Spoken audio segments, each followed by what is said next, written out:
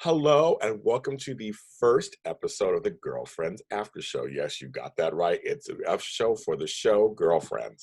I'm James Lott Jr., host, and I do a lot of after shows and a lot of other programming. And it was by the fans that I talked to, followers that I have, that when I jokingly said I should do an after show for Girlfriends, they were like, yes, do it. So I am doing it.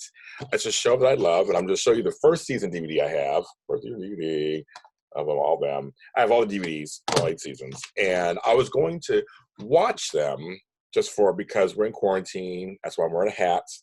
Many of you guys can relate to this. The hair is just not working today. They said, no, we're not going to work today. And I was like, I want to watch a comedy that I actually really enjoy. And I was going to start from season 1 and go to season 8. And I was like, I've done it a long time. And I thought, I think I will talk about the shows. So I'm here to tell you about kind of what the show is, what we're going to talk about, what the plan is with the show, the Girlfriends After Show.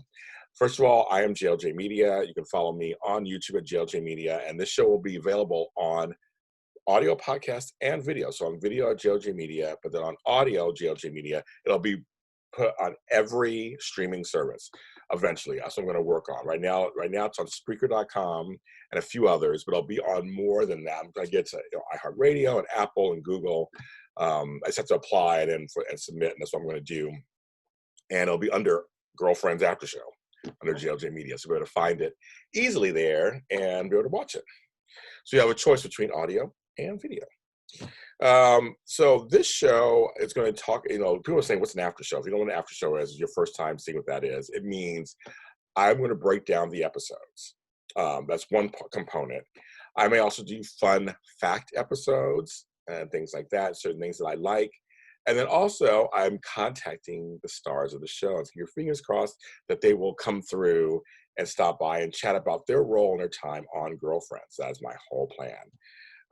And so it should be fun. And I found there's a Girlfriends soundtrack, which I don't remember, but there's a song on the soundtrack that I love called Soulmate, and I heard it's on the soundtrack. They played it when Tony got married to Todd, and I was like, "Ooh, I want that song." And now I see it as a soundtrack. I'm gonna do a whole episode on that. That's a whole other story. We're gonna do a whole episode on that. But I'm gonna do some fun episodes regarding the show. But the plan is the show is all about all things Girlfriends. That's all I'm going to show.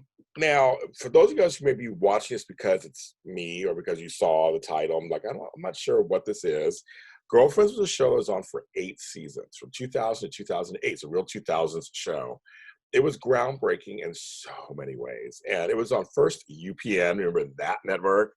And then later when UPN and WB merged, became CW, it lasted on CW the last 2 seasons. Now, I did get kind of unceremoniously canceled, even though it was one of the highest rated shows of that network, one of the longest running shows of that network. And there are folks who want a movie or some type of reunion. And as we saw earlier this year on this season of Blackish on ABC, when the girls joined Joan, who of course is played by Tracy Ellis Ross, who's now Rainbow, it was the chemistry was there. Even Reggie Hayes showed at the end. It was such a great episode that the fuel of this kind of fire of get a movie, get a miniseries, get something going on, it's just at a fever pitch. So maybe this show will help fuel that flame also. It was created by Amara Brock-Akil, who's done many other series also.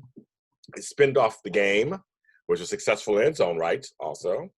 It's currently showing on BTHer, which is, I guess, it's a part of BET Networks. And I heard somewhere it might be on CW Seed. I'm not sure. I'm going to check that out. Let me look that up and make sure I check that out. And Kelsey Grammer was an executive producer. It was under GramNet Productions. Kelsey wanted to show with 4 women, Black women, African women. And it was so funny because this show was ahead of its time. It showed Black women as all things. There's a character for everybody, almost like a Spice Girls. Like there's a character for everybody. You could maybe relate to Joan, or maybe relate to Tony, or maybe relate to Lynn or Maya. But they showed women as fully formed human beings, and they like sex and relationships. Sometimes they were nerdy. Sometimes they were very judgmental, or they were heavily into church. They were allowed to be Black and they were Black women, but they weren't pigeonholed into that. They were just allowed to be Black. They could be Black and unapologetic about it, but also just be women. And so you don't understand back then, even today, you don't see much of that. It's like either you gotta be extra, this or extra that. They were allowed to be well-rounded, but also celebrate their Blackness, the way they dress, some of the sets, some of the props I saw in the background, things they talked about, how they talked to each other. It was really a story about the girlfriends. They had boyfriends and things that came on. It was the girlfriends, and Reggie Hayes' character, of course, was an integral part of that. He was like a big brother to them. Now, of course, when we hit the seasons where him and Joan are dating, I may have some shade, but we'll talk about all that. On the show, we'll talk about that as it hits. But he was a very, very important part of the show. He was like the fifth girlfriend, basically. And I mean that in a great way, in a good way. And he spoke in many ways for men, for men on the show. And that they showed them in their work situations. They showed different classes. They showed they had race issues. They have episodes that were really crazy about race. Having Lynn being biracial was a major thing. Adoption, they had that on there. I mean, there's a lot of things. And having babies with their sister, so to speak, contributing to the lesbian lover. I mean, there's a lot of stuff that went on. A lot of stuff. William was involved in a lot of things too, and it was really groundbreaking. And they showed the women as strong. They showed the women as weak. They showed the women as everything in between. The show resonates so hard to this day. I mean, people still, when you bring up girlfriends, smiles happen on their faces. People start brightening up, and people start naming their regular episodes. The through line that Tony could never say Jabari's name is my favorite thing. Go on YouTube. There is an actual, somebody put together, it's called Jabari or whatever. And it's hilarious. It's all the seasons she kept saying, call him Jabubu and Jawana Man, all these things. It's just, I realized how many times she kept messing up his name.